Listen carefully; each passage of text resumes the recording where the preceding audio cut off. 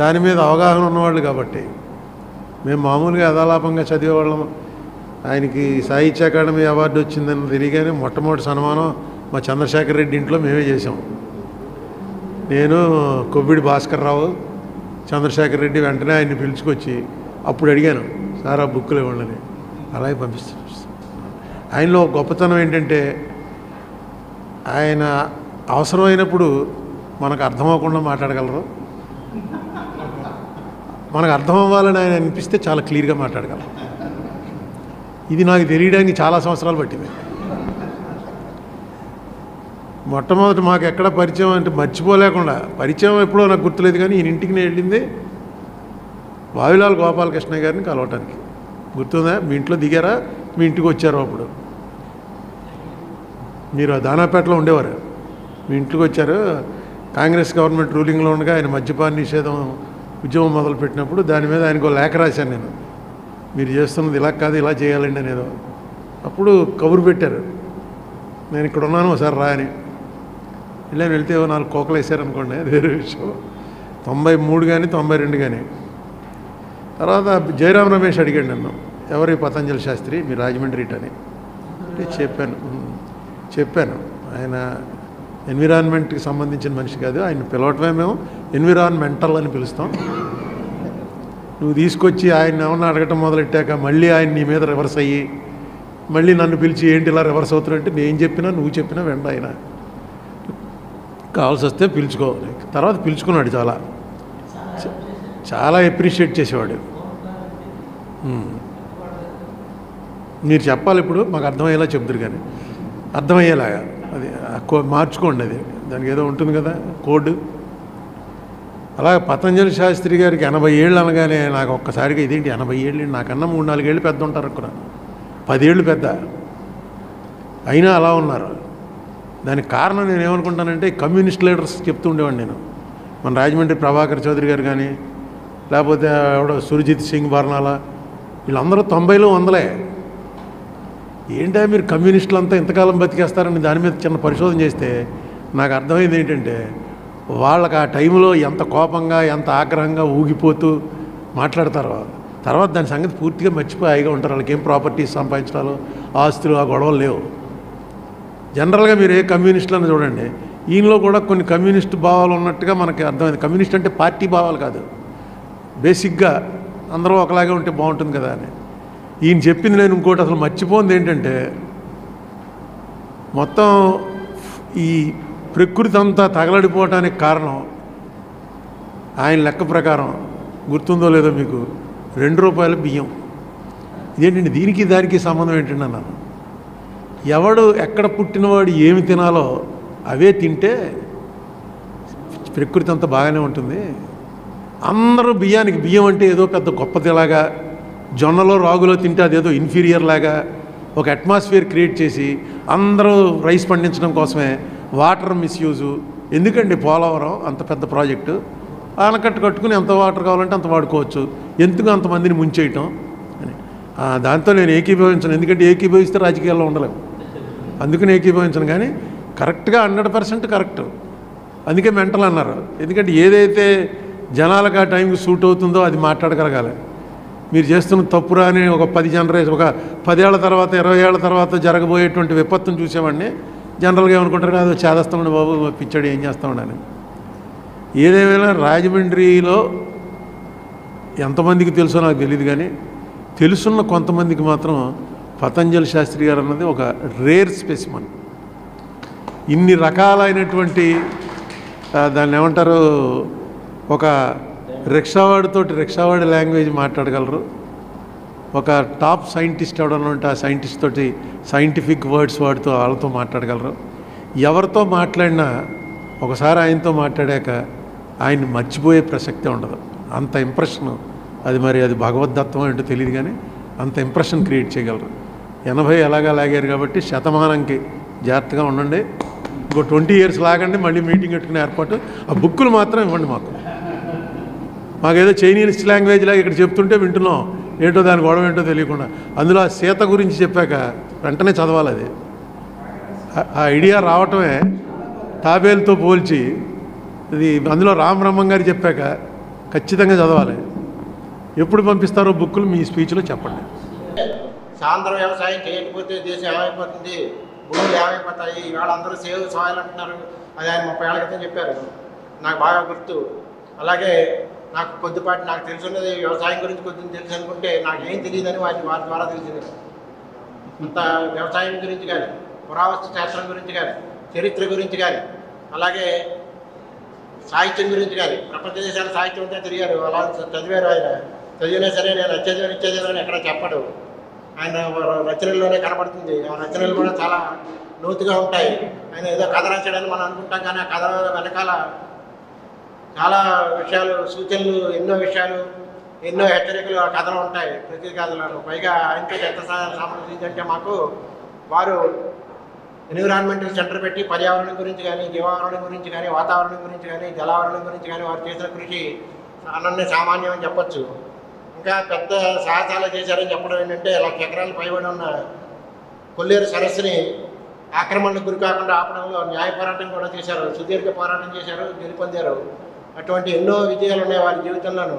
అలాగే గిరిజన సంప్రదాయాలు, గిరిజన వ్యవసాయాల గురించి కూడా, గిరిజన కల్చర్ గురించి కూడా చేస్తుంటే నేను రామబ్రహ్మ గారు సరదాగా కోకప్ప అంటూ ఉండేవాళ్ళు. నిర్మాణంగా ముగించడం కన్నా ఆయన కథలు చదివి ఆయన వ్యక్తిగా ఎరిగిన ఆత్మీయులు 10-15 మందిని ఇలా ఆహ్వానించి ఒక గోష్ఠి లాంటిది నిర్వహించాలి అనే ఆలోచన వచ్చినందుకు, బహుశా మరి ఆ ఆలోచన కృష్ణకుమారి గారితో, అరుణ్ కుమారి గారితో ఇద్దరిదీను. ఎందుకంటే ఆలోచనలు కూడా ఇద్దరు రచయితలు ఉండొచ్చు. అంచేతలు వారిద్దరినీ నేను మనసారా అభినందిస్తున్నాను. ఇలాంటి చిన్న వాతానుకూల గదిలో ఏర్పాటు చేయడం కూడా చాలా బాగుంది. ఆయన గురించి, ఆయన కథల గురించి, ఆయన గురించి మనం మాట్లాడుకోవాల్సింది ఏమీ లేదు. ఆయన చేసిన ఈ పర్యావరణానికి సంబంధించి ఆయన జరుపుతున్న పోరాటాలు, అభివృద్ధి చేయాలి అవన్నీ ప్రతికాముఖంగా అందరికీ తెలిసినవి.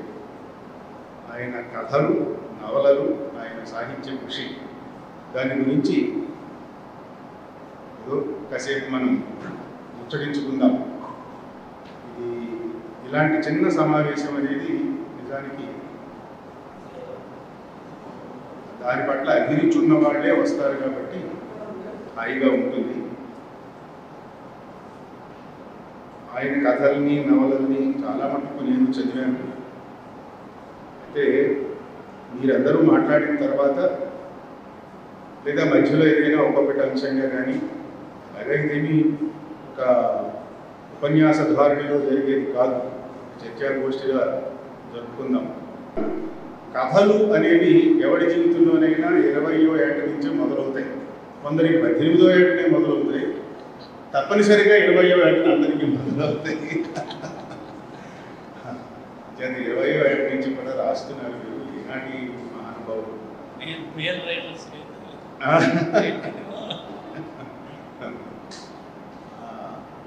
ఇంకా ఇంకొక విషయం ఏమిటంటే, మొన్న కేంద్ర సాహిత్య అకాడమీ పురస్కారం ఇచ్చినప్పుడు నేను కూడా ఆ జూరీలో ఉన్నాను.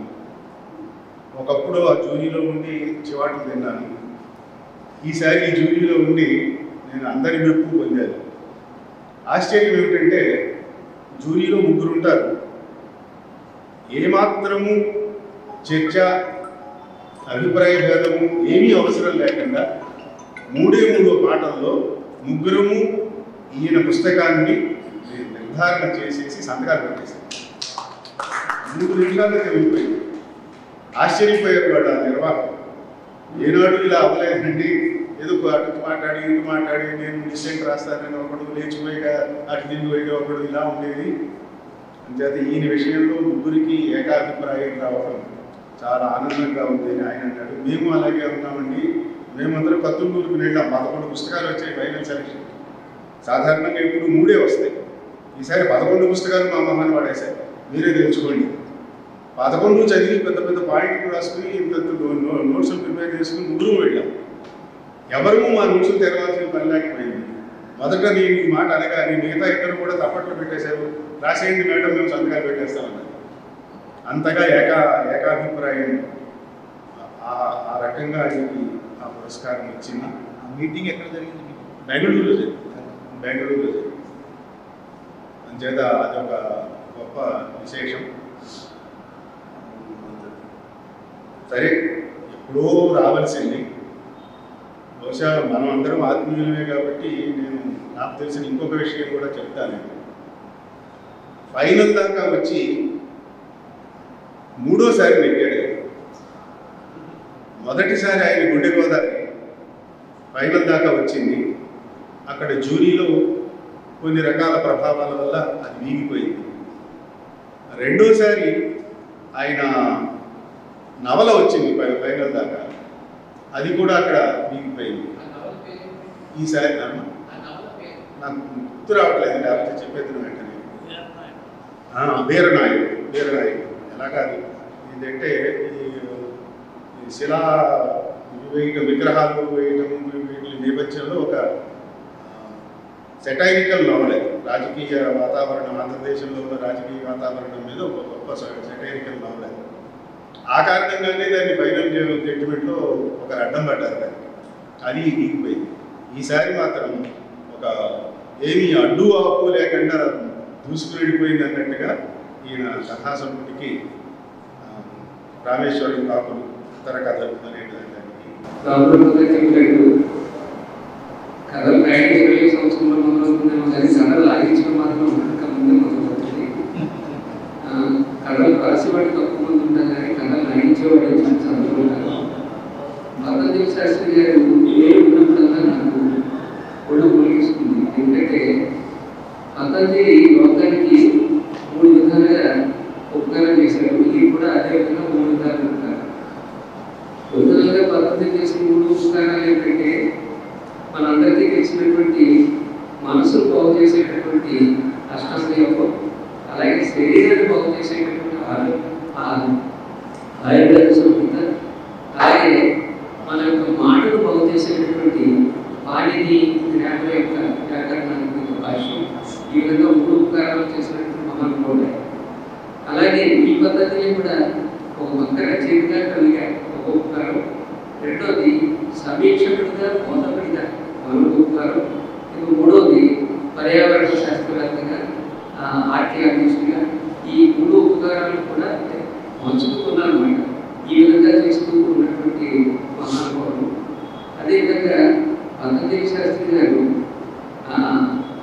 ఎంత చిన్నవాడైనా సరే ఆయన సమీక్షకుడు, విమర్శకుడు అనడానికి కొంచెం సందేహించాలి. సమీక్షకుడు అనాలి.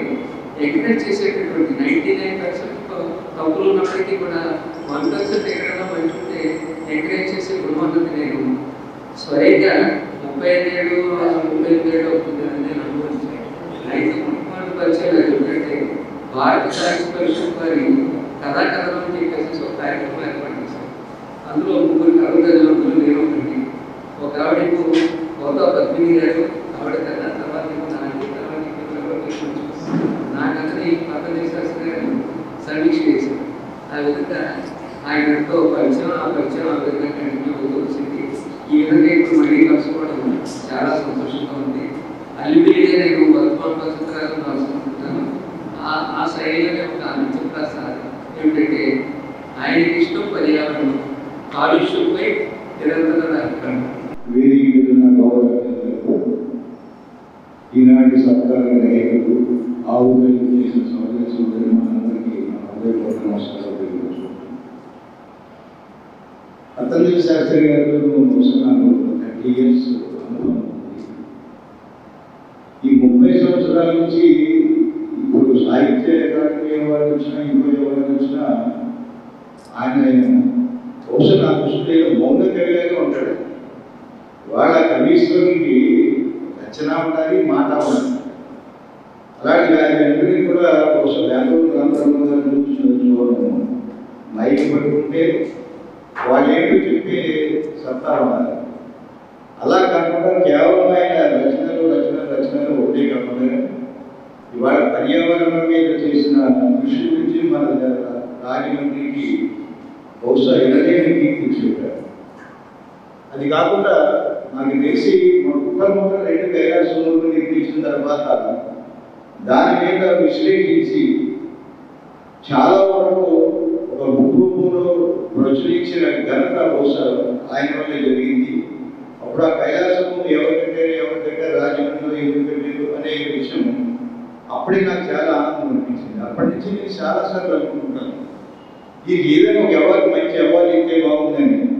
కానీ ఎందుకు చేత ఎవరైపోయి ఇప్పుడు నాకు కూడా అర్థం అవ్వలేదు. ఎందుకంటే నేను చాలా సంస్థలు ఉన్నాయి నాకు, అందులో రోటరీ సంస్థ మరీ ఎక్కువగా ఇచ్చే అవార్డులు ఉన్నాయి. ఇందాక నేను అడిగాను ఆయన, నేను ఏదైనా ఒక అవార్డుని ఇచ్చినట్టు గుర్తుందంటే ఇద్దామని మీరు అందరూ ఉంటారు,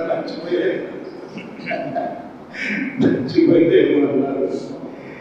ఏదేమైనా రేపు ఆగస్టు సెప్టెంబర్లో మన రోటరీకి సంబంధించి అవార్డ్స్ ఫంక్షన్, పిల్లలకి యూత్ యాక్టివిటీస్ ఫంక్షన్, ఆ ఫంక్షన్లో రోటరీ సాహిత్య పురస్కారం అని ఒక అద్భుతమైన అవార్డు, అది కూడా క్యాష్ అవార్డు. రోటరీ ఇంటర్నేషనల్ అవార్డుతో పాటు కొంత క్యాష్ అవార్డు ఉంటుంది. అదైతే నేను కన్ఫర్మ్ చేస్తున్నాను. ఖచ్చితంగా ఉన్న మహానుభావులు అందరినీ తీసి ఆ రోజు ఆ పెద్ద ఫంక్షన్లో ఆయన ఇవ్వడానికి నేను నిర్ణయించుకున్నాను. ఆ నిర్ణయం అయిన తర్వాత ఇంకేముంది రోటరీలు కోసం మీ అందరినీ తీసుకుని చేత ఖచ్చితంగా అవార్డు ఇస్తానని చెప్పి సభాముఖంగా నేను కథ రాయని రోజంటూ కథ రాయని గంట ఉండదు అని చెప్తాను. అంటే ఆ నిరంతర సాధన వల్ల రాసిన చాలా తక్కువ కథలు, కానీ నిరంతర సాధన వల్ల ఆయన వాక్యం, కథ, ఆయన ఎదుగునే వస్తువు ఇవన్నీ చాలా గొడపోతలను తట్టుకుని ఫైన్ అంటాం చూడండి మనం, అతి సారవంతమైన కథ వాక్యం నిండి వచ్చాయి. ఇక్కడ నిజానికి సిలబస్ మీరు ఏం మాట్లాడాలో తెలియదు నాకు కొంచెం కొన్ని విషయాలు ఓకే చెప్తాను. ఆయన ఏమంటారంటే కథ రాయడానికి, కథే కాదు అసలు సాహిత్యానికి సృజనాత్మకమైన భాష అవసరం ఒక మాట. భాష సృజనాత్మకంగా ఉండడం అంటే ఏంటి? మామూలుగా చెప్తే శాస్త్రి గారి మాట కాదు, దాన్ని కవితాత్మకంగా చెప్పిన కూడా చాలా మంది ఉన్నారు. అంటే బుచ్చిబాబు లాంటి వాడు, లేకపోతే రాజకోట విశ్వనాథ శాస్త్రి గారు లాంటి వాడు, వాళ్ళు వెన్నెల కథ ఉంది, రామశాస్త్రి గారి కథ ఉందంటే కవిత్వంలాగే ఉంటుంది. ఒక కవిత అద్భుతమైన కవితలుగా ఉంటుంది. అయితే శాస్త్రి గారు చేసింది ఆ రకమైన పని కాదు. ఆయన ఏం చేశారంటే ఒక ఎమోషన్ని పండించడానికో, ఒక ఉద్వేగాన్ని నేను పండించడానికో, లేదా కథని కథకి కాస్త అందాన్ని, సౌందర్యాన్ని నేను చేర్చడం కోసం, అలాంటి వాటి కోసం అయినా ఆ భాష వాడలేదు. ఆయన సృజనాత్మక భాష అన్నది ఏమిటంటే అది పొరలుగా కథని చెప్తుంది. పదునుగా ఉంటుంది పై భాగం. అది ఎంత ఒడుపుగా ఆ ఒలుపు చేస్తారంటే చాలా ఫాస్ట్గా చేసేస్తారు వాళ్ళు. దాన్ని దృష్టిలో పెట్టుకుని విమర్శకుడు ఒక రచనని చెయ్యవలసినది ఒలుపు తప్ప బద్దలు కొట్టడం కాదు, కొబ్బరికాయ కొట్టడం కాదు, కొబ్బరికాయ ఒలుపు చేయాలి. ఆ దృష్టితో చాలా మంచి వ్యాసాలు రాశారు ఆయన, ఆర్ఎస్ వెంకటేశ్వరరావు గారు. ఒలుపు అని ఆయనకు కూడా చాలా ఈపాటికి పురస్కారం వచ్చి ఉండాలి సాహిత్య అకాడమీది. సరే, కొందరికి రావటం సంతోషం, కొందరికి రాకపోవటం కూడా ఈక్వల్లీ గౌరవించదగిన విషయమే అని నేను అనుకుంటాను. కొన్ని పురస్కారాలు అంచేతను ఆర్ఎస్ వెంకటేశ్వరరావు గారిని ప్రత్యేకంగా అభినందిస్తూ, ఏ అవస్థలో ఉన్నారు అనేది వినేవాడికి తెలియకుండా మాట్లాడే నైపుణ్యం ప్రాక్టీస్ చేశాడు ఆయన. చేకూరి రామారావు గారు ఏ పరిస్థితిలో ఉన్నాడు అనేది తెలియకుండా నడిచే నైపుణ్యం ఆయన ప్రాక్టీస్ చేశాడు. అంచేత ఆయన నడుస్తుంటే తూలిపోతున్నట్టే ఉంటుంది, ఈయన నడుస్తుంటే మొదమొత్తగా మాట్లాడుతున్నట్టే ఉంటుంది. వీళ్ళిద్దరికీ చాలా గొప్ప కళ ఉంది వీళ్ళిద్దరి దగ్గర అని ఒక చెలోక్తి వేశాను. ఇటీవల మీరు వాట్సాప్లో చూసుంటారు, ఒక గొప్ప కార్టూన్ వచ్చింది. ఒక బౌద్ధ సన్యాసి ఒక రాయి మీద కూర్చుని ఉంటాడు. దానికి మీరు కామెంట్స్ అడుగుతారు. ఏ కామెంట్కి గొప్ప బహుమతి ఇచ్చారు, లేదా ఉద్యోగానికి ఎంపిక కావలసిన వాడు ఆ కామెంట్ వల్ల ఆ ఉద్యోగానికి పనికి రాకుండా పోయాడని పక్కన పెట్టేశారు అనే దానికి ఒక చిన్న కామెంట్ ఉంది. ఓల్డ్ మాంక్ ఆన్ రాక్స్ అని పెట్టాడు. కూర్చున్నది భిక్షువు, రాయి మీద కూర్చున్నాడు. ఓల్డ్ మాంక్ ఆన్ రాక్స్ అని పెట్టాడట. అంతే, జ్ఞానులే ఏదైనా గ్రహించగలిగిన వాళ్ళు జ్ఞానులు. ఆ రంగంలో కాస్త ప్రవేశం ఉంటే దాని రుచి తెలుస్తుంది. అంచేత అలాగా ఓ సందర్భంలో ఈయన నాకు చిన్న కవిత రాసి పంపించాడు, ప్రైవేట్ సర్క్యులేషన్. అది మొన్నటిదాకా దాచుకున్నాను నేను, ఇంతే చిన్న కవిత. అందులో సాయంకాలం ఆకాశంలోనూ ఉదయించబోతున్న సమయంలోనూ ఆకాశంలో ఉన్న నక్షత్రాలని గురించి రాస్తూ వృద్ధ భిక్షువులో మునిగిన మంచుగడ్డల్లా ఉన్నాయి అన్నాడు. వృద్ధ భిక్షువులో మునిగిన మంచుగడ్డల్లా ఉన్నాయి నక్షత్రాలు అన్నాడు. ఇవి చాలా చాలా పెద్ద పెద్ద రచయితల గురించి ఇలా ప్రైవేట్గా చెప్పుకోవలసిన చాలా తెలివితేటలతో వచ్చిన చలోక్తులు చాలా చాలా ఉన్నాయి. అవన్నీ కూడా మనం హాయిగా ముచ్చటించుకోవచ్చు. జన్మదినం జరుపుకుంటున్నటువంటి బాలుడు పతంజలి శాస్త్రి గారికి, ఆసీనులైన పెద్దలందరికీ నా నమస్కారం. ఈ ఆర్ఎస్ గారు, రామరమ్మ గారు ఇలాంటి వాళ్ళందరూ మాట్లాడిన తర్వాత ఎలా ఉంటుందంటే, ధోని 330 రన్లు కొట్టేసిన తర్వాత ఇంకెవడో వస్తే ఎలా ఉంటుందో అలా ఉంటుంది. అందుకని వారందరిలాగా మాట్లాడతాను, మీరు ఎక్స్పెక్ట్ చేయవద్దు, నేను నాలాగానే మాట్లాడతాను. పతంజలి శాస్త్రి గారితో నాకు పరిచయం నేను ఈ ఊరు వచ్చినప్పటి నుంచి ఉంది. అంటే దాదాపు 10-15 ఏళ్ళ నుంచి పరిచయం ఉంది. రామరమ్మ గారి ద్వారానే ఆ పరిచయం నాకు కలిగింది.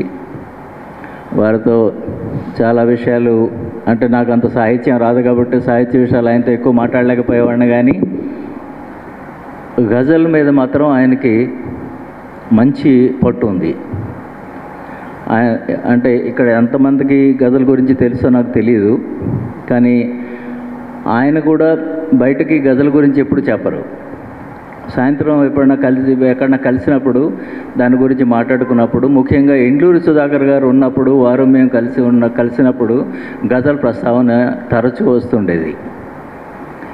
ఆ ప్రస్తావన వచ్చినప్పుడు ఆయనలో ఒక విషయాన్ని నేను గమనించాను. ఎవరు పాడినా అది గజల్ కాదండి అంటారు. మరి ఎవరు పాడితే గజల్ అవుతుంది సార్ అది అంటే, బడే గులాం అలీ ఖాన్ పాడాలి అంటారు, లేకపోతే మెహదీ హసన్ పాడాలంటారు. వాళ్ళు పాడిందే గజల్. మిగిలిన వీళ్ళందరూ కూడా జగదీష్ సింగ్ పాడితే అది గజల్, అది నాకు నచ్చదు అంటారు. పంకజ్ దాస్ పాడితే నాకు నచ్చదు అంటారు. ఇలా ఎవరి పేరు తీసుకున్నా కానీ ఆయనకు నచ్చదు. గులాం అలీ కూడా నచ్చడు, మెహదీ హసనే పాడాలి, బడే గులాం అలీ ఖాన్ పాడాలి. అంటే నేను చెప్తున్న పేర్లేని అంతమందికి తెలుసో లేదు నాకు తెలియదు, కానీ మొదటి రోజుల్లో మెహదీ హసన్, బడే గులాం అలీ ఖాన్ వారు గజల్ని బాగా అందరికీ పరిచయం చేసి మంచిగా గజలు పాడిన మంచి గొప్ప గజల్ గాయకులు వాళ్ళు. ఇక విషయానికి వస్తే పతంజలి శాస్త్రి గారు 77-79 ప్రాంతంలో నేను ఏకేసీ కాలేజ్ స్టూడెంట్గా ఉండగా మాస్టర్ అక్కడ వర్క్ చేస్తూ ఉండేవారు.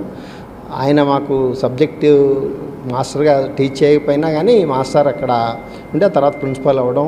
ఆ తర్వాత 92లో నేను క్రియేటర్స్ అనేటువంటి స్వచ్ఛంద సంస్థ ప్రారంభించినప్పుడు అప్పుడు మాస్టారు తోటి రెగ్యులర్గా మళ్ళీ స్వచ్ఛంద సంస్థ కార్యక్రమాల్లో పాల్పంచుకోవడం. ఆయనకు గుర్తుందో లేదో 1992లో వెలుగుబంద్ అనే గ్రామానికి పతంజలి శాస్త్రి గారిని నేను తీసుకువెళ్ళి అక్కడ గ్రామస్తులందరితోటి ఒక మీటింగ్ ఏర్పాటు చేశాను. గుర్తుందో లేదో మాస్టర్ శాస్త్రి గారిని. ఆయన ఆ రోజుల్లో గ్రామస్తులందరికీ చెప్పినటువంటి విషయం ఏంటంటే, గ్రామం సౌభాగ్యంగా ఉండాలి అంటే గ్రామంలో ఉండేటువంటి చెరువులు ఆరోగ్యంగా ఉండాలి. చెరువుల యొక్క చెరువుల్లో పూడిక తీతను తీయాలి. పూడిక తీతను తీసివేసినట్లయితేనే చెరువు ఆరోగ్యంగా ఉంటుంది, పర్యావరణం ఆరోగ్యంగా ఉంటుంది. తద్వారా గ్రామ సౌభాగ్యం ఏర్పడుతుంది తప్పించి గ్రామం అభివృద్ధి చెందుతుంది తప్పించి చెరువులను కనుక మీరు అశ్రద్ధ చేసినట్లయితే మీ వినాశనాన్ని మీరు కోరుకున్నట్టనే అని 1992 డిసెంబర్ నెలలో వెలుగుబంద్ అనే రాజానగరం మండలం వెలుగుబంద్ గ్రామంలో మీటింగ్ పెట్టి క్రియేటర్స్ తరపున పతంజలి శాస్త్రి గారిని తీసుకెళ్ళినప్పుడు చెప్పినటువంటి విషయాలు.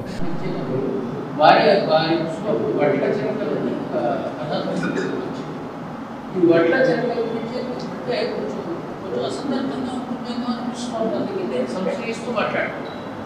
ఈ వడ్ల చిలకల కథ చాలా గొప్ప కథ. రామబ్రహ్మ గారు ప్రస్తావించలేదు. పతంజలి శాస్త్రి గారు రాసిన కథ అనేది చాలా గొప్ప కథ అని చాలా మంది భావిస్తుంటారు.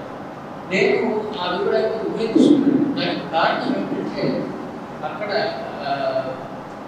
పతంజలి శాస్త్రి గారికి ఉన్నటువంటి ప్రాపంచిక దృక్పథం వల్ల ఆ కథ చెడిపోయింది. ఎందుకంటే అది చాలా గొప్ప కథ, చాలా మంది భావిస్తారంటే నేను జగల్లో ఈ స్వల్ప వ్యవధిలో ఈ అభిప్రాయాన్ని నేను ఎందుకు వచ్చాను అనేది చెప్పడం సాధ్యం కాదు. కానీ మిగిలినవి చాలా గొప్ప కథలు ఉన్నాయి. చాలా ఏమిటంటే ఆ కథ అయిపోయిన తర్వాత ఆయన నాకు ప్రాపంచిక ఆ కథ చేయడం కాదు, పూర్తిగా విరుద్ధమైన ప్రాపంచిక దృక్పథం ఆయన. చాలా సంతోషంగా ఉంది ఈ రోజున ఈ సభలో నేను కూడా ఒక పార్టిసిపేట్ చేయడానికి. ఎందుకంటే మన చాగంటి వారు నన్ను ఇన్వైట్ చేయడం జరిగింది. మన శాస్త్రి గారు వచ్చారు, నువ్వు కూడా రమ్మా అన్నారు. నిజంగా సార్ నరసింహారావు గారు చాలా థ్యాంక్స్ అండి ఈ కార్యక్రమానికి ఇన్వైట్ చేసినందుకు. ఎందుకంటే ఎంతోమంది దిగ్గజాలు లాంటి విజ్ఞానవంతులందరినీ ఒకసారి మీట్ అవ్వగలిగాను, చూడగలిగాను, వాళ్ళు చెప్తున్న మాటలు వినగలిగాను అంటే కదా నాకు చాలా ఆనందంగా ఉంది. చాలా మంచి విషయాలు తెలిసినాయండి. రామబ్రహ్మం గారు నిజంగా ఆయన రాసిన కథలన్నీ చదివినట్టే మీరు చెప్పారు, చక్కగా చాలా చక్కగా చెప్పారు. అవన్నీ వింటుంటే నిజంగా నేను చదువుతున్నాను అన్నంత ఫీలింగ్ వచ్చింది. కథలు సమాజాన్ని చైతన్యపరచడంలో ఎంతగానో మరి వాటి పాత్ర అనేది ఉంటుంది. మరి పూర్వంలోని మన సమాజాన్ని ముందుకు నడిపించినవి ఏవైనా ఉన్నాయంటే అవి కథలేని చెప్పుకోవాలి.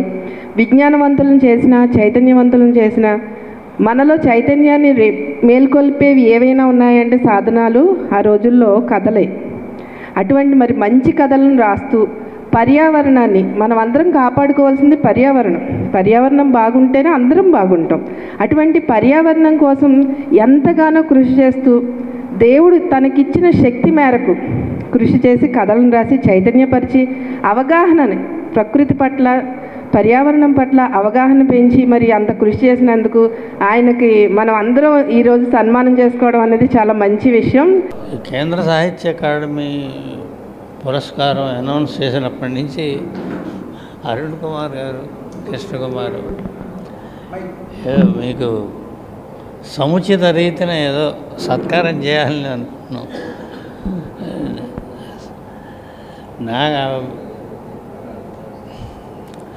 నాతో చాలా సమస్యలు ఉన్నాయి, మీకు కదా నాకే ఉన్నాయి. ఈ పెద్ద సభ మన గురించి మాట్లాడుతుండేవి అప్పుడు అనుకున్నాం, ఇప్పుడు అంతే.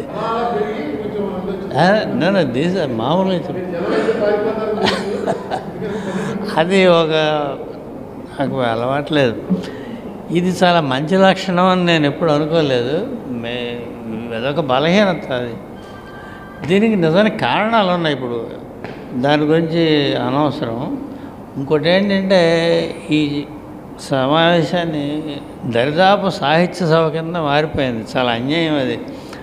ఈ క్షోభ ఎంతమంది పడుతున్నారో నా బాగా తెలుసు. ఏంటంటే నేను చెప్పాల్సింది ఏం లేదు.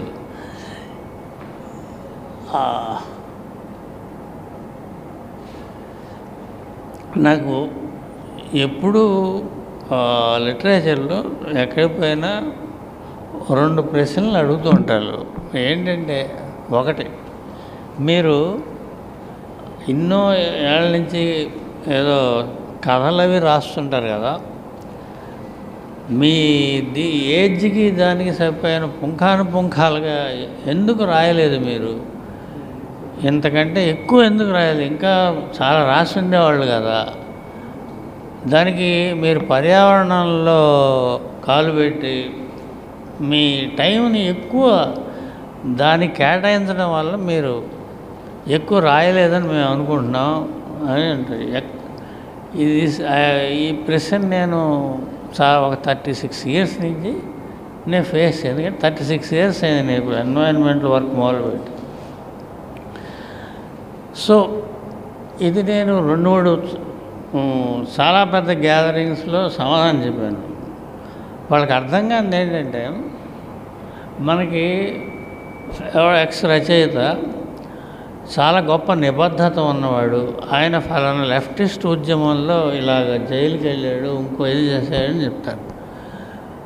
అంటే రచయితకి నిబద్ధత ఉంది, ఒక సామాజిక స్పృహ బాధ్యత ఉంది అనడానికి కొలమానం ఏంటంటే, నువ్వు లెఫ్టిస్ట్ మూమెంట్స్లో ఉంటే నీకు సామాజిక బాధ్యతలు నువ్వు గుర్తించినట్టు, లేకపోతే లేదు అనే ఒక చాలా దురదృష్టకరమైనటువంటి ఒక విభజన రేఖ మనకి ఒక 50 ఏళ్ళ నుంచి వచ్చింది. నువ్వు అది అంటే దీనికి సంబంధించి చర్చ అప్రస్తుతం. ఇది ఎందుకు చెప్తున్నా అంటే, మిగతా భాషల్లో ఎస్పెషల్ బయట ప్రపంచాల్లో సైంటిస్ట్ లేని వాళ్ళు రచయితలు ఉన్నారు. నాకు చాలా ఇష్టమైనటువంటి వ్లాదిమిర్ నబోకోవ్, అతను వరల్డ్ చాలా గొప్ప రైటర్. అతను చాలా has profound influence on me. ఆయనకి గొప్ప హాబీ ఏంటంటే తూనీగలు పట్టుకోవడం, butterflies. He's an authority and butterflies actually. ఆయనకది దాని మీద కృషి చేసాడు, ఏదో రాసేది. ఎవరు ఆయన్ని నువ్వు తూనీలు పట్టుకోకుండా ఉంటే ఇంకా గొప్ప పుస్తకాలు రాసేవారని అనలే. అటువంటి వాళ్ళు చాలామంది ఉన్నారు. ఇక్కడ ఏంటంటే, ఈ మన తెలుగు సాహిత్యంలో ఉండే చాలా పెద్ద అసౌకర్యం అది. వాళ్ళకి ఏం చెప్పాయంటే, ఉన్న వాస్తవం అది. నేను రచయితని కాకుండా ఉన్నట్టయితే ఈ పర్యావరణ జోలికి వెళ్ళేవాడిని కాదు అసలు. నేను చరిత్ర విద్యార్థిని, పురావస్తు శాస్త్ర విద్యార్థిని నేను. అంచేత మాకు చాలా ఫండమెంటల్ ప్రిన్సిపల్ ఏంటంటే చెప్పేది, ఈ ప్రపంచంలో ఏ సంస్కృతి అయినా ఏదైనా సరే దానికి మూలకన్నం ఏంటంటే మన చుట్టూరా ఉండేటువంటి జీవావరణ వ్యవస్థలు.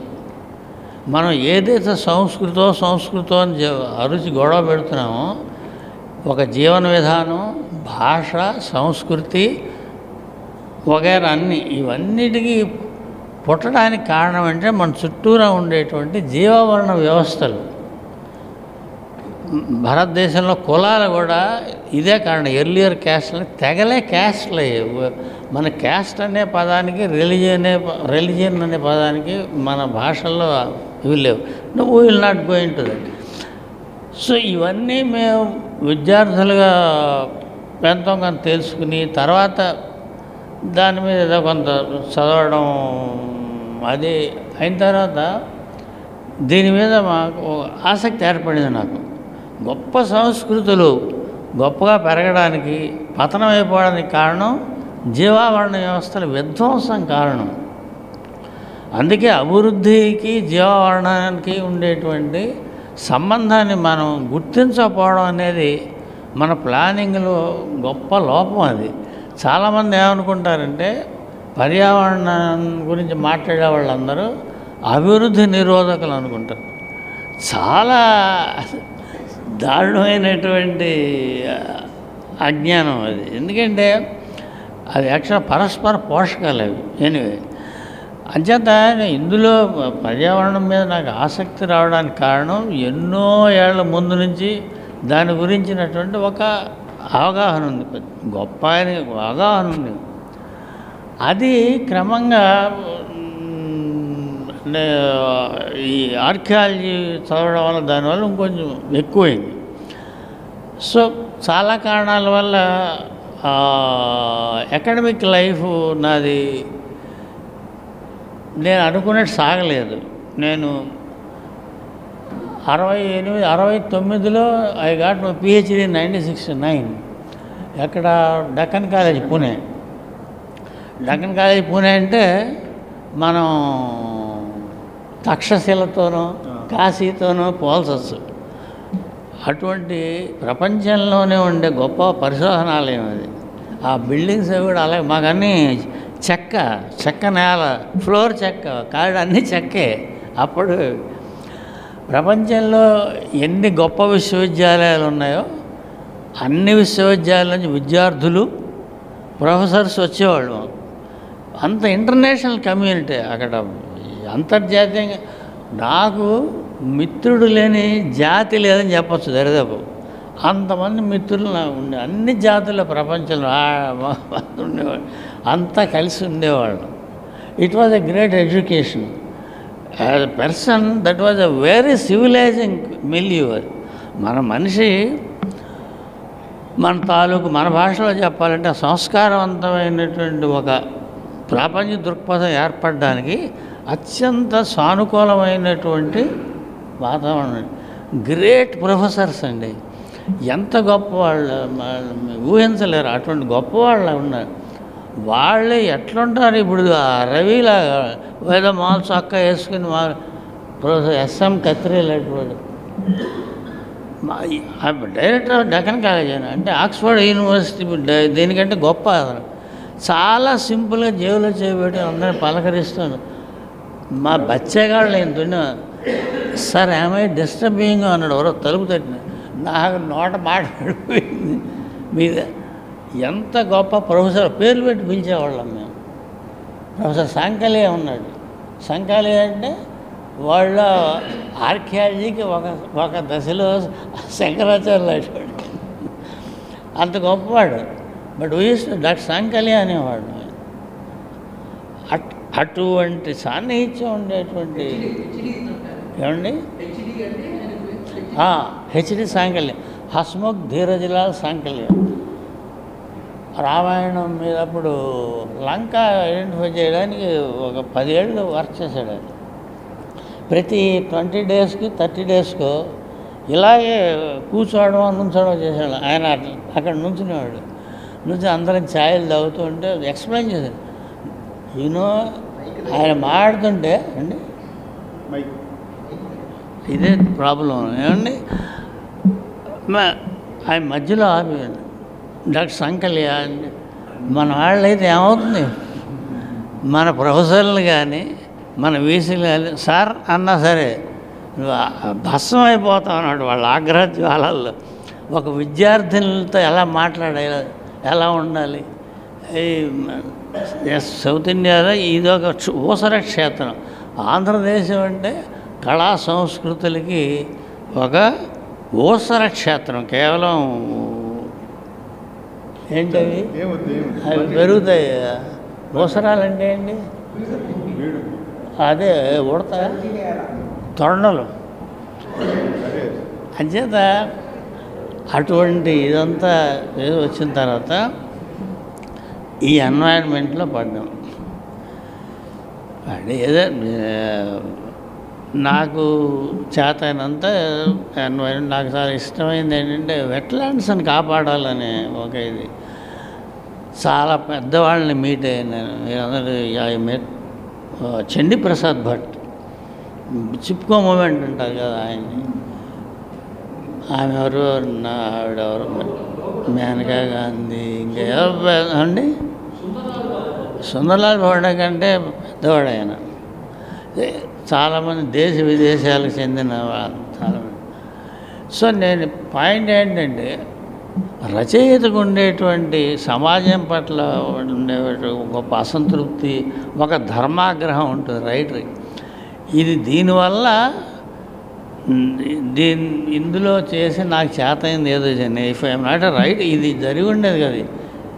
That is how I came in to environment. సాహిత్యం గొడవ అంటారా, అంతూ పొంతు లేదు. నేను రైటర్ అవడం అనేది పెద్ద ఆశ్చర్యం, అవ్వకపోతే ఆశ్చర్యం. ఎందుకంటే మాకు మా రెండు వైపుల తల్లి వైపు తండ్రి వైపు కూడా చాలా పెద్ద లిటరరీ ట్రెడిషన్ ఉంది. 500-600 సంవత్సరాల హిస్టరీ ఉంది. ఎస్పెషల్ మా ఫాదర్ వైపు మా మూల పురుషుడు ఆయన నారాయణ తీర్థులు వారు కృష్ణలీలా తరంగిణి రాశాడే ఆ పెద్ద ఆయన. కానీ నేను ఓ మాట చెప్తాను, మీరు నమ్మండి నమ్మకపోండి.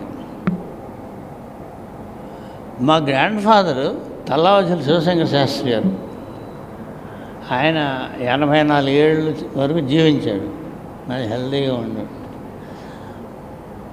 ఆయన మొత్తం లైఫ్ ఆయనకి ఎప్పుడు మాకు మాడుతుండే కదా, మాకు చాలా డెమోక్రటిక్గా ఉండేది మా ఇంట్లో, వెరీ డెమోక్రటిక్. మా ఫాదర్ నాకు సాంస్క్రిట్ లెక్చరర్, ఆయన ఇండాలజీలో ఎంఏ, సంస్కృతంలో ఎంఏ, అదేంటిది బెనారస్ ఇండియన్ యూనివర్సిటీ. చాలా ఫ్రెండ్లీ ఆయన. నేనేదో ఆర్ట్ స్కూల్లో ఎప్పుడో జాయిన్ అవుతాను, పుణ్య యూనివర్సిటీ. ఒకసారి లెటర్ రాశాను ఒక చోట జగన్ రాస్తే ఆయన బాగానే ఉంది కానీ ఫుడ్ ఉండదు, ముందు వేరే చదువుకుంటూ అది చేయరా అని చెప్తే వస్తూ నాన్న స్నేహితుడు అని సంతకం పెట్టిన. మామూలుగా ఇంట్లో ఆయన అంటే చాలా భయం మాకు, కానీ ఎంత ఫ్రెండ్లీగా మీరు ఆయనతో ఏదైనా మాట్లాడవచ్చు. అటువంటి డెమోక్రాటిక్ అట్మాస్ఫియర్ ఉండేది మాకు. ఆయన శివశంకర శాస్త్రి గారి మొత్తం నారాయణ తీర్థుల వారి గురించి ఆయన 2 సార్లు మాట్లాడాడు నాతో, ఓన్లీ 2 times. మామూలుగా అయితే మన వంశం చాలా గొప్పది, చాలా గొప్ప బ్రాహ్మణం, ఆ నారాయణ తీర్థుల వారి రక్తం ఇలా ఒళ్ళో పరవుతుంది, ఆయన పేరు నిలవ, ఈ నాన్సెన్స్ 2 సార్లు మెన్షన్ చేశారు. మా ఫాదర్ అసలు ఇప్పుడు మెన్షన్ చేయదు, నెవర్. అసలు మనకి ఉండే ఇది నెవర్, ఎప్పుడండి. పైగా నా లిటరేచర్కి ఉండే ఒక బేస్ ఫండమెంటల్ ఒక ఎథికల్ గ్రౌండ్ వాళ్ళు కలిగినారు. నీకు తెలియంది రాయడం కానీ, తెలియంది మాట్లాడడం కానీ, ఈ 2 తెలిసిన నటించడం కానీ ఎప్పుడూ చేయి. నీ రీడర్స్ వెర్రివేదాలని, నువ్వు రాసింది ఏదో నువ్వు జీనియస్ అని ఉంటా ఎప్పుడు అనుకోకు. నీకు నిజంగా తెలివితేటలుంటే ఆ సందర్భాన్ని బట్టి రైటింగ్లో ఉండాలి, కానీ నిన్ను నువ్వు ప్రూవ్ చేసుకోవడానికి ఎప్పుడు ట్రై చేయగలదు, అది వ్యర్థం. Let it come natural. ఏదైతే సహజంగా నీకు అభివ్యక్తి ఉంటే ఇవన్నీ నాకు బాగా వంట పట్టిపోయాయి. నేను కానీ మా తమ్ముళ్ళు, మా బ్రదర్స్ అందరూ ఈ ఫీల్డ్లో ఉన్నారు, ఆర్ట్ ఫీల్డ్లో వెల్ నోన్. ఎప్పుడు హంబుల్గా ఉండడం అలవాటు మనం, హంబుల్గా ఉన్నాం. Some people think we are too humble maybe. చేత ఏంటంటే ఈ చాలా కాలం మొత్తం ఇట్లా గడిచిపోయింది, ఏం చేసామో ఏమో. అయితే ఏంటంటే ఒకటి వాస్తవం, ఈ బతకడం చేతవడం అని ఒకటి ఉంది, అది వంట పట్టలేదు. మాకు నాగార్జున యూనివర్సిటీ పక్కన గోడ అనుకుని 85 ఎకరాల స్థలం ఉంది, 85 acres. అది ఏమైంది, అక్కడ ఊళ్ళో పాపం పెద్దలు వాళ్ళ అవసరాలు బట్టి వాళ్ళు తీసేసుకున్నారు, మీకేం లేదన్నారు. We lost everything. Face a lot of financial crisis. చాలా క్రైసిస్ ఫేస్ చేశాం, చాలా ఇబ్బందులు పడ్డాం. అయినా బుద్ధి రాలేదు. అది ఈ లైఫ్కి సంబంధించిన ఓ ప్రత్యేకమైన ప్రాపంచిక దృక్పథం అనే వ్యాధి ఉండడం వల్ల అయి ఉండొచ్చు బహుశా. So I'm 80 now. నాకు ఎప్పుడు if I'm still alive, if I'm still healthy, నా ఆరోగ్యం మంచిది బాగా. రాయడం ఒకటే కారణం. రైటింగ్ గివ్స్ మీ, నాకు ఏదైనా రాసే ముందు వైరస్ వచ్చి చలిజ్వరం వస్తుంది, అట్లా ఉంటుంది. ఐ ఫీల్ వెరీగా అది రాసిన తర్వాత కానీ ఐ ఫీల్ అప్పటికి రిలీఫ్. ఎప్పుడు నిరంతరం 25 hours నాకు మైండ్లో రెండే ఉంటాయి, ఏదో లిటరేచర్ ఆర్ ఎన్వైరన్మెంట్. చాలా అసయోక్తిగా అనిపించవచ్చు, బట్ ఇట్స్ ఎ ఫ్యాక్ట్. ఈ లైఫ్లో నేను సాహిత్యం తప్పితే నాకు వేరే విధంగా ఈ ప్రపంచాన్ని ఇప్పుడు చూడలేదు. Which gave me enormous strength, energy to face life. ఈ లైఫ్ నేను ఫేస్ చేసిన క్రైసిస్లన్నీ బయట పడి ఇంకా సేన్గా ఉన్నానంటే కేవలం సాహిత్యమే కారణం. దీనికి అంతు పొంతు లేదు. నేను I'm very grateful to you Arun Kumar. Thank you very much. నేను కోరినట్టుగా చాలా ఇంటిమేట్ గ్యాదరింగ్ ఏర్పాటు చేశారు మీరు. I enjoyed it thoroughly and also I thank మిత్రులందరూ నా గురించి. They have said very kind words about my overwhelmingly happy. Thank you very much.